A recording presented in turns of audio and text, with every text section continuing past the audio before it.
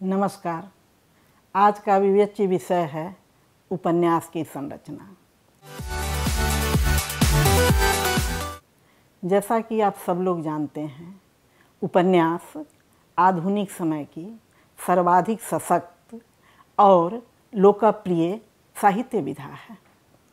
उपन्यास विधा में यात्रा वृत्तांत, नाटक, डायरी लेखन, रिपोर्टाज, पत्र लेखन, गद्य काव्य, आत्मकथा आदि अनेक विधाएं समाहित हुई हैं। पाठकों, आलोचकों ने उपन्यास विधा में समाहित इन विधाओं को विजातीय मानकर इनकी उपेक्षा नहीं की है, स्वागत किया है। उपन्यास के स्थापत्य की दृष्टि से भी हम देखें तो स्थापत्य की प्रयोगशीलता जो है वह उल्लेखनीय है। इस प्रयोगशीलता ने न सिर्फ उपन्यास के कथात्मक अभिधान को नवीनता, विस्तृति और गतिशीलता दी है, बल्कि इसके रूप विधान को भी पारंपरिक और प्रचलित विधान से हटकर नवीनता और वैविध्य प्रदान किया है। उपन्यास सिर्फ कथात्मक गद्य नहीं है, यह मनुष्य के समग्र जीवन को केंद्र में रखकर अभिव्यक्ति देता है और ऐसी अभिव्यक्ति देने वाली यह प्रथम कला विधि है।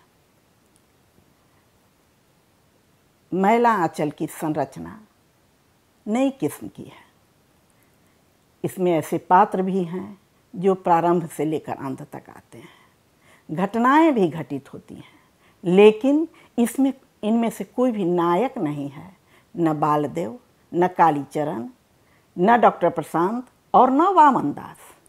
यद्यपि इस उपन्यास की विस्मृति होने के बाद भी स्मृति में वामन दास जो है वह देर तक टंकित हो जाता है। पाठकों, आलोचकों की दृष्टि में, अधिकांश पाठकों और आलोचकों की दृष्टि में इसके कथानक में सुसंबद्धता नहीं है, अथवा कथानक को वे विघटित मानते हैं। आखिर ऐसा क्यों? जब भी कोई नई संवेदना का रचनाकार नए यथार्थ को लेकर उपन्यास लिखने बैठता है तो मैला आंचल जैसा नई संरचना का उपन्यास सामने आता है। इसका रूप विधान स्वयं आविष्कृत हो जाता है। तो ऐसा मानना कि इसमें सुसंबद्धता नहीं है सही उचित नहीं है, क्योंकि हम जानते हैं कि कोई भी मौलिक प्रतिभा अभिव्यक्ति के लिए नए रास्ते का विधान करती है अथवा पुराने रास्ते को ही तोड़ फोड़ कर नया रास्ता बनाती है। मैला आंचल जो है इसमें कोई मनुष्य कथानायक नहीं है। कथाकार ने स्वयं कहा है मैला आंचल की भूमिका में पूर्णिया क्षेत्र को इंगित करते हुए कि इसके एक हिस्से के एक गांव को पिछड़े गांव का प्रतीक मानकर मैंने इस उपन्यास का कथा चित्र बनाया है। और उस गांव को जिसे उन्होंने पिछड़े गांव का प्रतीक माना है, उस मेरीगंज गांव को, उस गांव की लोक संस्कृति को उन्होंने बहुत तन्मयता से अभिव्यक्त किया है। इसकी लोक संस्कृति अपनी पूरी समृद्धि के साथ, पूरे ऐश्वर्य के साथ मैला आंचल के रग रग में बसा हुआ है। और ऐसा वही लेखक कर सकता है जो वहाँ की लोक संस्कृति से, लोक धर्म से, ऐसे लोक धर्म से जो वहाँ के प्रचलित अंधविश्वासों से परिचालित है। तो ऐसे लोक धर्म को उन्होंने अभिव्यक्त किया है, क्योंकि गांव की मिट्टी में वे रचे बसे हुए थे। अब सवाल यह उठता है कि मैला आंचल की संरचना की अभिव्यक्ति कैसी हो।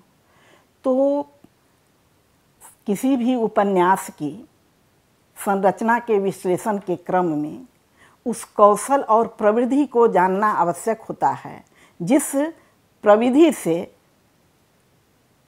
उपन्यास की रचना की जाती है। यह कठिन है लेकिन असंभव नहीं है। डॉक्टर गोपाल राय ने कहा है, प्रसिद्ध कथालोचक डॉक्टर गोपाल राय ने, कि उपन्यास का रूप जानना कठिन है लेकिन उसका रूप तो है, वह अमूर्त लगता है लेकिन उसको जाना जा सकता है। वह आलोचकों की पकड़ से सर्वथा बाहर नहीं है। तो इसके लिए मुख्य रूप से उपन्यास के अवलोकन बिंदु को चिन्हित करना होता है, पॉइंट ऑफ व्यू को। इसकी दो प्रचलित प्रविधियां हैं। कौन कौन सी? तो दृश्यात्मक प्रविधि और परिदृश्यात्मक प्रविधि। दृश्यात्मक प्रविधि में पाठक की चेतना, पाठक का बोध साक्षात उपन्यास के पात्र, उपन्यास की घटनाओं से, उपन्यास के चरित्रों से, वहाँ की उसकी प्रत्येक स्थितियों से जुड़ा होता है। इसमें बीच में कथाकार की आवश्यकता नहीं होती है। परिदृश्यात्मक प्रविधि में उपन्यासकार के अवलोकन बिंदु से पाठक उपन्यास में अवगाहन करता है। इन दोनों प्रविधियों के एकान्विति से और समेकन से नाना रूप की प्रविधियां विकसित की जा सकती हैं। मैला आंचल में उपन्यासकार ने कथाकार की चेतना को पात्रों की चेतना से जोड़कर एक नई प्रवृत्ति को हमारे सामने रखा है। इस प्रकार पाठक जो है वह कथाकार की चेतना में प्रवेश करते हुए पात्रों की चेतना में प्रवेश करता है और पाठकों के सामने नया स्पेक्ट्रम, नया बिंब विधान खुलने लगता है। तो इस दृश्यात्मक और परिदृश्यात्मक प्रविधि से उपन्यास की संरचना में कहाँ अंतर आता है, इसे आप लोग अच्छी तरह समझ गए होंगे। अब बात होगी इसकी लोक संस्कृति की, लोक विश्वास की, जो अंधविश्वास पर आश्रित है, उसके द्वारा परिचालित है। मैला आंचल का अवलोकन बिंदु शुरू होता है डॉक्टर प्रशांत के आगमन से। डॉक्टर प्रशांत के आगमन से मेरीगंज गांव जीवंत हो उठता है। वहाँ का अंधविश्वास, वहाँ की लोक संस्कृति, वहाँ के लोगों का भोलापन, वहाँ का राग विराग, वहाँ का गीत नाद, वहाँ का संगीत, सब कुछ पाठकों के समक्ष खुलता जाता है। डॉक्टर प्रशांत के अवलोकन बिंदु से मेरीगंज नामक गांव पूरी तरह से उद्घाटित होने लगता है और खुलने लगता है। और आप सब जानते हैं कि जिस उपन्यास को आंचलिकता की संज्ञा दी जाती है, उस उपन्यास का नायक कोई व्यक्ति विशेष नहीं हो सकता है, क्योंकि आंचलिक उपन्यास में उपन्यासकार को परिवेश विशेष की, क्षेत्र विशेष की सामूहिक चेतना को दिखाना पड़ता है। और इस सामूहिक चेतना को वही उपन्यासकार दिखा सकता है जो वहाँ के देश काल को समझता हो, वहाँ के वातावरण में धंसा हो, वहाँ की लोक संस्कृति से अवगत हो, उसकी एक एक अच्छाइयों, उसकी एक एक अच्छाई और एक एक बुराई से वह अवगत हो, और शरीर में बहते हुए रक्त की मानिंद वहाँ की के जो सारे राग रंग और रस हैं उसके अंदर प्रवाहित हो रहे हैं। फणीश्वर नाथ रेणु ने जो मैला आंचल लिखा, तो उसकी भाषिक संरचना के लिए उन्हें अतिरिक्त मशक्कत नहीं करनी पड़ी, क्योंकि उस भाषा से वे परिचित थे और अनवधानता की स्थिति भी उत्पन्न नहीं हो सकती थी। लेकिन उदय शंकर भट्ट जब सागर, लहरें और मनुष्य की रचना करते हैं उपन्यास के रूप में, तो वर्सोवा तट के मछुआरों के बीच प्रचलित शब्दों का चयन वे करते हैं। लेकिन शब्दों के चयन से तो भाषा नहीं बनती है, इसलिए जितनी सहजता से मैला आंचल की भाषा निर्मित की फणीश्वर नाथ रेणु ने, उतनी सहजता से उदय शंकर भट्ट वर्सोवा के मछुआरों की भाषा अर्जित नहीं कर सके, क्योंकि वह उससे संबद्ध नहीं थे। यानी आंचलिक उपन्यास लिखते समय वहाँ के परिवेश और वहाँ की स्थितियों से संबद्धता भी अनिवार्य है, और यह संबद्धता हम फणीश्वर नाथ रेणु में देखते हैं। एक उदाहरण आप देख सकते हैं, होली का वर्णन गोदान में भी है और होली का वर्णन मैला आंचल में भी है। लेकिन उस होली का वर्णन जिस कथात्मक गद्य के साथ होता है, उसी कथात्मक गद्य को अपनाकर मैला आंचल की होली का वर्णन नहीं किया जा सकता था। वहाँ होली का वर्णन होता है तो उस होली के वर्णन में व्यंग्यात्मकता है, वहाँ के जमींदार हैं, साहूकार हैं, उनकी बखिया उधेरी गई है, लेकिन कथात्मक गद्य के माध्यम से। जैसे गोबर वगैरह अपने मित्रों के साथ मिलकर नाटक खेलता है और एक दृश्य आता है कि जो कारिंदा है वो पहुंचता है 10 रुपये के लिए ज़मींदार के पास और उसे 5 रुपये दिए जाते हैं और कहा जाता है अंगूठा का टिप लगा दो, मिल गए 10 रुपये। तो कहता है कहाँ हुजूर, 5 ही रुपये मिले हैं। तो कहता है पागल हो, 10 रुपये मिले हैं। कैसे हुजूर? तो 1 रुपया कागज़ का हुआ। हाँ हुजूर। 1 रुपया जमींदार की सलामी हुई। हाँ हुजूर। 1 रुपया तहरीर लिखने का हुआ। हाँ हुजूर। और इसी ढंग से वह अन्य 2 रुपयों का भी हिसाब किताब समझा देता है और कहता है समझ गए 10 रुपया हुआ कि नहीं? कहता है हाँ हुजूर। और बच्चों की व्यंग्यात्मकता देखिए जो होली के अवसर पर नाटक खेलते हैं। वह कहता है हुजूर यह 5 रुपया भी रख लिया जाए। तो उसे कहा जाता है कैसा पागल हो तुम? कहता है नहीं हुजूर, 1 रुपया हुजूर के पान खाने के लिए, 1 रुपया बड़ी ठकुराइन के पान खाने के लिए, 1 रुपया छोटी ठकुराइन के पान खाने के लिए।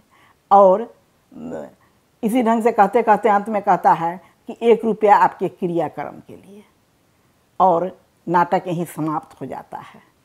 हंसी छूटने लगती है सबों को, लेकिन इस हंसी के पीछे कितना दर्द है। और उसी होली का वर्णन मैला आंचल में होता है और गाता है लोग झूम के, चरखा का तो खद्दर पहनो रहे हाथ में जोली, दिन दहाड़े करो डकैती बोल सुराजी बोली जेवी सरा।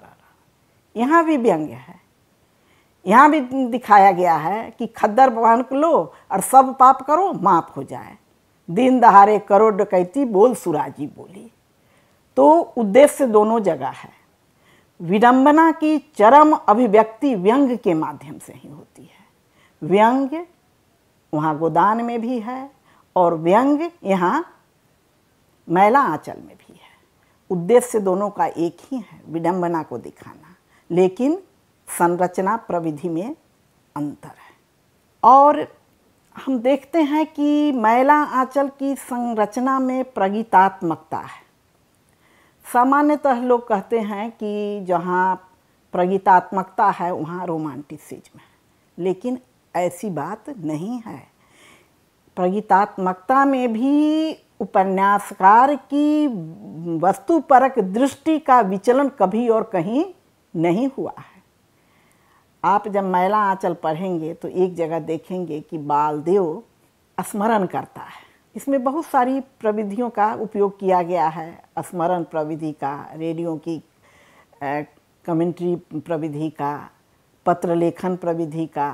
तो वह स्मरण करता है कि कैसे रामकिशुन बाबू के धुआंधार भाषण के बाद और माए जी की आकुलता और व्याकुलता देखकर और तिवारी जी का गीत सुनकर गंगा रे जमुना माँ के धार नयन माँ से नीर बही, गंगा रे जमुना माँ के धार नयन माँ से नीर बही, फुटला भारती आके भारत माता रोई रही। और सोचता है बालदेव कौन संभाल सकता था उस तान को। तो इस गीतमयता के कारण, प्रगीतात्मकता के कारण जो तन्मयता उत्पन्न होती है, उसी तन्मयता के कारण बालदेव, बावनदास और चुन्नीलाल तीनों अपने को रोक नहीं पाता है और कहता है कि सुराजी के रूप में हम लोगों का भी नाम लिख लिया जाए। तो यही संगीत का प्रभाव है जो हम इसकी संरचना में घटित होते हुए देखते हैं। मेरी गंज के रग रग में व्याप्त है रस, रंग और संगीतात्मकता, और यह इसके रचना विधान की कमजोरी नहीं है, उसका वैशिष्ट्य है। हम देखते हैं कि बड़ी सी बड़ी बातों की अभिव्यक्ति बिल्कुल वाक्य के अर्धालियों के द्वारा हो जाता है। जैसे एक जगह का दृश्य है कि जब राम प्यारी और महंत रामदास के बीच घनिष्ठता बढ़ने लगती है तो इस पर पंचायत बैठती है। राम प्यारी की माँ को बुलाया जाता है सफाई देने के लिए, तो सामने प्रकट होती है रमजू दास की स्त्री, जिसको सब बात में आगे आगे बोलने की आदत है। तो टिप्पणी आती है पंचायत के बीच से, धान बोले ना भूसा बोले टुन। अब धान बोले ना भूसा बोले टुन, मात्र इतने मिथ कथन से उसके चरित्र की सारी विशेषताएं, रमजू दास की स्त्री के चरित्र की सारी विशेषताएं पाठकों के सामने प्रकट हो जाती है कि उस गांव की कोई भी बात हो, कोई भी घटना हो, उसको आगे आगे बोलने की आदत होती है। भले ही घटना किसी अन्य से जुड़ी हो, बोलना किसी और को हो, लेकिन वह सबके हिस्से खुद ही बोलने लगती है। तो धान बोले ना बोले भूसा टुन, इतने से ही उसका पूरा चरित्र जो है वह अभिव्यंजित हो जाता है। तो सिर्फ सैद्धांतिक स्तर पर या देश काल से निरपेक्ष रहते हुए इस ढंग की लोकोक्तियों, मुहावरों का प्रयोग नहीं किया जा सकता है, क्योंकि साहित्य सिर्फ भाषा तो नहीं होता है ना। साहित्य के पीछे जिस देश काल के संदर्भ में वह रचित होता है, तो वहाँ की किंवदंतियाँ, वहाँ के मुहावरे, वहाँ की लोकोक्तियाँ, वहाँ की अनुश्रुतियाँ, सारी बातें जुड़ी होती हैं। साहित्य सिर्फ भाषा नहीं है। तो ये सारी बातें जो जुड़ी होती हैं और इन सारी बातों से जिनकी अवगतता होगी, वही इसकी सही सही अभिव्यक्ति कर सकता है। इस दृष्टि से भी हम देखें तो मैला आंचल की संरचना बिल्कुल सटीक है, क्योंकि फणीश्वरनाथ रेणु पूर्णिया अंचल के मेरीगंज गांव की एक एक स्थिति से अवगत थे और कोई घटना ऐसी घटित वहाँ नहीं थी जिससे उनकी अवगतता नहीं हो। वो जैसे माँ का दूध रक्त में रचा बसा होता है, पचा हुआ होता है, उसी ढंग से वहाँ की सारी स्थितियाँ उनके रग रग में रची बसी हुई थी, पची हुई थी। अब फणीश्वरनाथ रेणु ने जो दो पक्ष लिया है, मेरीगंज गांव की समस्या को उभारने के लिए, मेरीगंज गांव के पूरे व्यक्तित्व को उभारने के लिए, जैसा कहा जा चुका है कि लोक धर्म और लोक संस्कृति, तो यह जो लोक संस्कृति है यही इस उपन्यास की संरचना का प्रमुख तत्व है। इस लोक संस्कृति में ही सारी बातें समाहित हैं। वह भाषा शिल्प हो तो, वह चरित्र शिल्प हो तो, वह वातावरण चित्रण हो तो, वह संवाद हो तो, ये सारी बातें इसी लोक संस्कृति से जुड़ी हुई है। क्योंकि लोक को जाने बिना, लोक की अवगतता के बिना लोक संस्कृति की बात की ही नहीं जा सकती है। इसमें कुछ पात्र जो हैं वे बाहर से आए हैं, लेकिन अधिकांश पात्र जो हैं वह मेरीगंज गांव के ही हैं। जो बाहर के पात्र भी हैं तो उनके लिए कहा जा सकता है कि जैसे कोई अपने शहर से, अपने गांव से शहर की ओर जाता है और फिर शाम को वापस लौट आता है, तो यही स्थिति उनकी है। इसलिए यह पूरा कथावितान जो है वह मेरीगंज गांव पर ही आश्रित है, उसी पर निर्भर करता है। कहा जाता है कि इसमें विस्तार नहीं है। तो आप सब लोग जानते हैं कि जब क्लोजअप लिया जाता है तो चेहरे की एक एक रेखा उस क्लोजअप में आ जाती है, और जब विस्तार दिया जाता है तो उसमें व्यापकता होती है, लेकिन वह गहराई नहीं आ पाती है। जैसी गहराई या चेहरे की एक एक रेखा जैसे दिखती है क्लोजअप में, वैसे विस्तार में और व्यापकता में नहीं दिखती है। तो वही क्लोजअप फणीश्वरनाथ रेणु ने मैला आंचल के माध्यम से खींचा है। इसलिए अन्य विषयों पर लिखे गए उपन्यासों की तुलना में इसमें व्यापकता नहीं दिखाई देती है, या एक परिच्छेद से दूसरे परिच्छेद की असंबद्धता दिखाई देती है, लेकिन वह असंबद्धता वास्तव में है नहीं। अगर जिसे हम दोष मानते हैं संरचना का, या जिसे हम कहते हैं कि वह असंबद्धता है, वही तो उस उपन्यास की विशेषता है। क्योंकि एक एक दृश्य के माध्यम से वे मेरीगंज गांव के चेहरे का क्लोजअप पाठकों के सामने उपस्थित करते चलते हैं। उसमें छोटी सी छोटी बातें तिरोहित नहीं होती है। विस्तार और व्यापकता में तो बहकने का भय होता है, कुछ बातें छूट भी जाती हैं, लेकिन फणीश्वरनाथ रेणु ने जो मैला आंचल लिखा है उसमें मेरीगंज गांव के चेहरे की एक भी रेखा अनुपस्थित नहीं हो पाई है। वह पाठकों के सामने उपस्थित है। वह चाहे उस गांव में गाने जाने वाले गीत हों, मृत्यु से लेकर, जन्म से लेकर मृत्यु तक, और वह संगीतात्मकता थोपा हुआ नहीं लगता है, उपन्यास की संरचना का अंग लगता है। विद्यापति के गीत को भी जो उन्होंने पिरोया है तो लगता है कि वह गीत मेरीगंज गांव के व्यक्तित्व को ही हमारे सामने प्रस्फुटित कर रहा है। जैसे दो पंक्तियां, गीत की दो पंक्तियां इसमें व्यवहृत है मैला आंचल में।